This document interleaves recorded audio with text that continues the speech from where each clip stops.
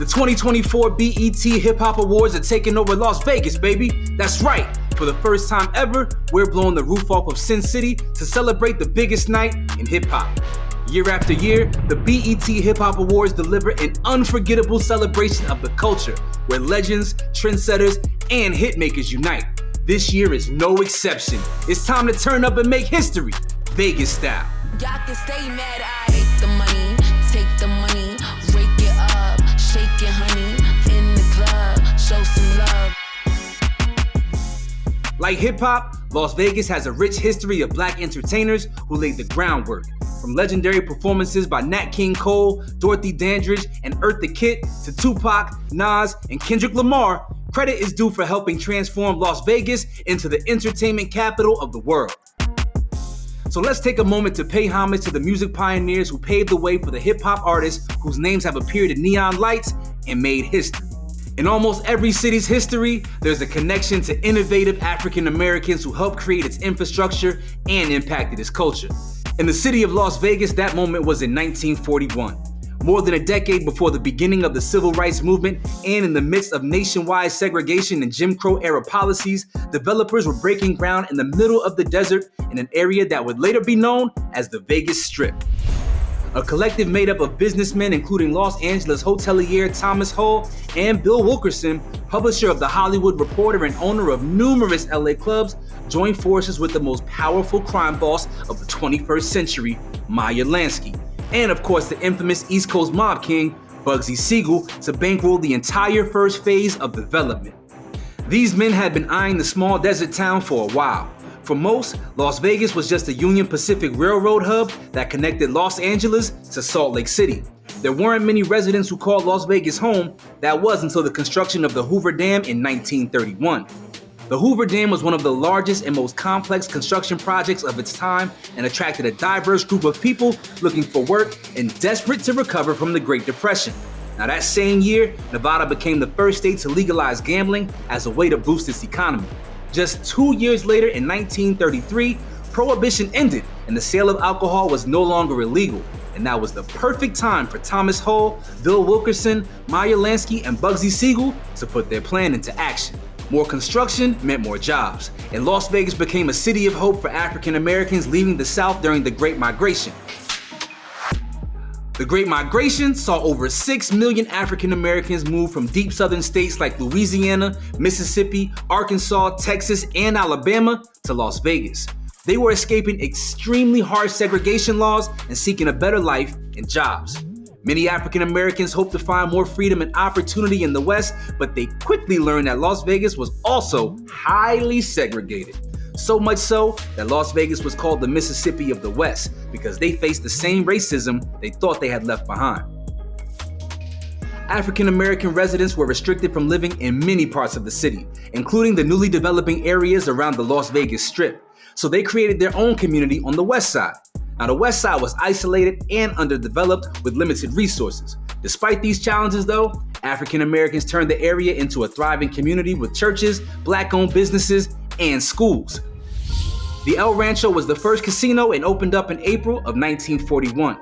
Fully aware that the expansion of Las Vegas hung on the resort's opening night success, the El Rancho knew they needed the best entertainers to bring in the people and their cash. Team El Rancho booked the Will Maston Trio, a black singing and dancing act. So Will Maston, his partner Sammy Davis Sr., and Sammy's son, who would be future icon Sammy Davis Jr., made history as the first black musicians to perform in Las Vegas.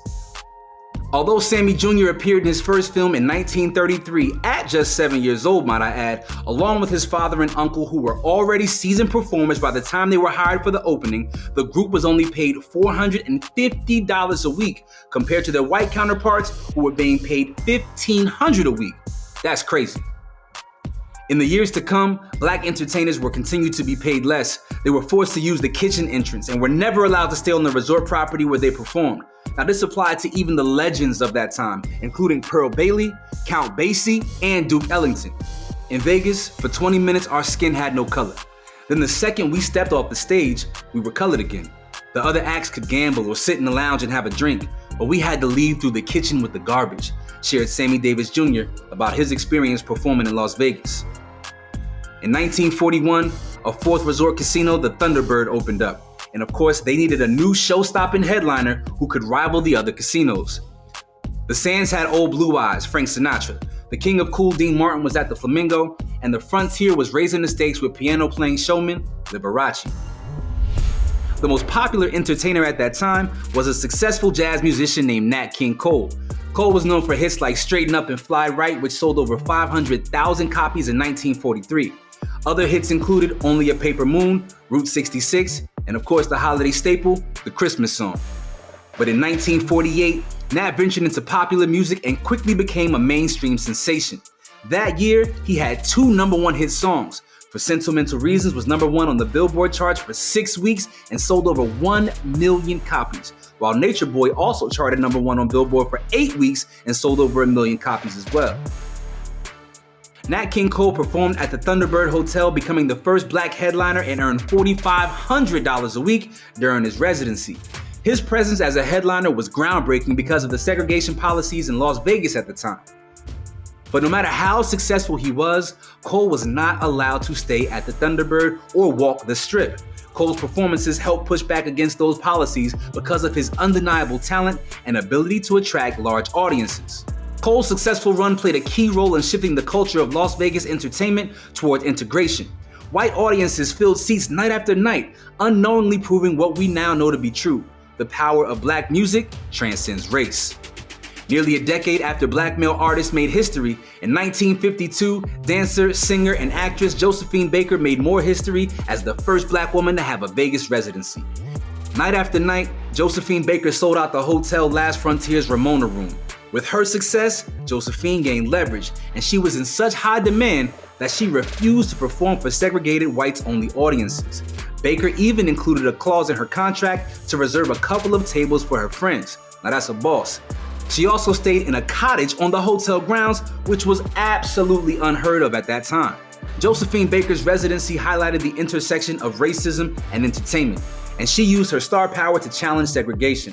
Although the rules changed temporarily to ensure her performance, it was her who laid the groundwork for significant progress for African Americans, both on stage and within the city.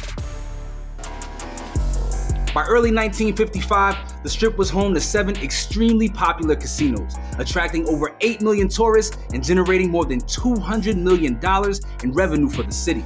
Now, despite the records broken and the crowds drawn by black performers, the city still prohibited black individuals from gambling, staying in rooms, or enjoying nightlife on the Strip. Although they paid taxes, black residents had limited access to essential public services, including emergency services, paved roads, and government representation. They were also restricted from buying or selling businesses and homes within the city. But sooner than expected, a change was coming to Vegas. In May of 1955, the Moulin Rouge Hotel Casino, America's first integrated resort, opened on the southern border of the west side of Las Vegas. With a hefty price tag of $3.5 million, the resort was built on the black side of town to attract African Americans who had been banned from the Strip resorts. Although the resort wasn't black-owned, it was the first establishment to be managed by and employ a black staff who were paid the same wages as white casino staffs at competing resorts.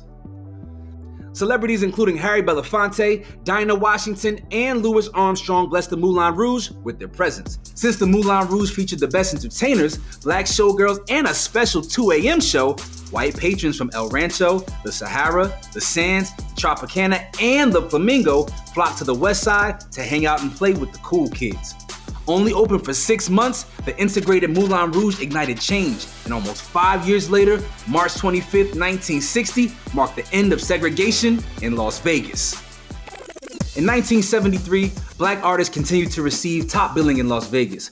Hip-hop began to emerge across the country in the Bronx, and considering the global impact black music had historically on pop culture, it was inevitable that hip-hop would do the same. By the 1980s, hip-hop was spreading across the country through radio and club DJs. Early artists like Grandmaster Flash and the Furious Five, Curtis Blow, LL Cool J, Salt and Pepper, and NWA set the stage for the genre's growth. In 1984, Run DMC became the first rap group to earn a gold record, followed by making history as the first rap group to go platinum with their second album in 1985. They earned more platinum plaques for their next album in 1986 and in the same year became the first group to score a brand partnership deal with a major sneaker company they paid homage to. The dances, fashion, and swagger of these artists began influencing youth and catching the attention of corporations. Hip-hop was making its mark on culture, and Las Vegas wasn't immune to its magnetism. In the 90s, two students, Warren Peace and Larry Lair, brought hip-hop to the campus of UNLV through their radio show, Word Up. While still a student, Larry's passion for the genre led him to host some of the city's first and biggest hip-hop parties, including what we'd now call a DJ residency at one of the hottest clubs. And Larry didn't just spin tracks, he also doubled as a promoter, flying in top artists including Jay-Z and Fat Joe, making hip-hop a staple in Vegas nightlife. Neither Warren nor Larry could have imagined that their love of the genre would eventually contribute to hip-hop's takeover of Sin City. The new millennium marked hip-hop's march towards becoming the biggest music genre globally. Vegas was setting the stage for today's hip-hop superstars throughout the early 2000s. In 2008, the DJ superstar era began. Already famous artists transformed into DJs, rocking multicultural crowds night after night after night. Jermaine Dupri, Questlove of The Roots, Snoop Dogg, and DJ Khaled took to the turntables, delivering incredible, once-in-a-lifetime DJ sets.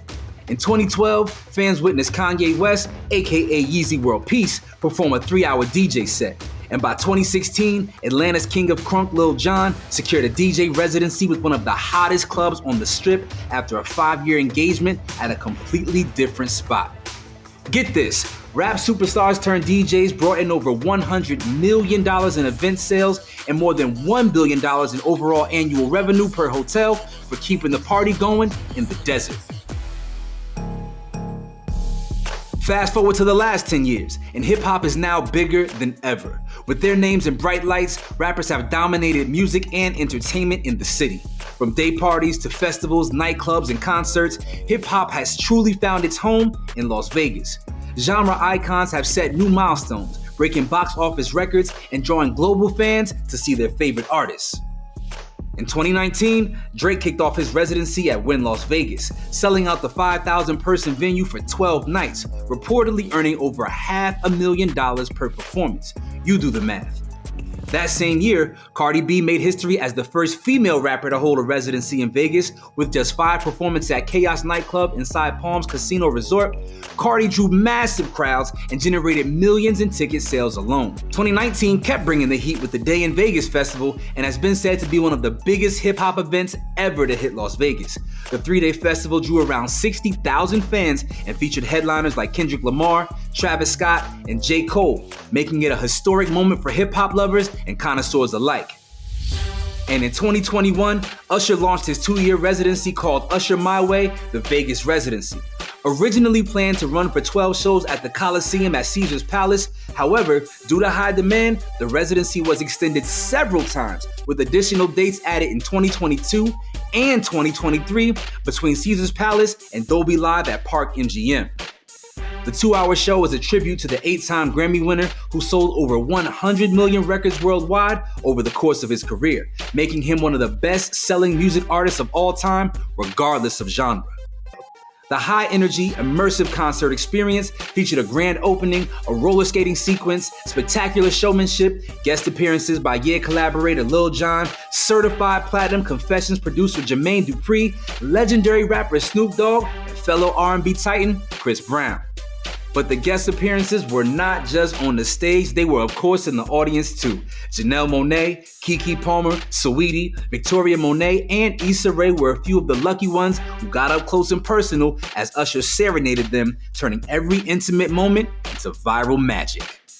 Over the entire course of the residency, Usher performed over 50 shows and sold more than 1 million tickets.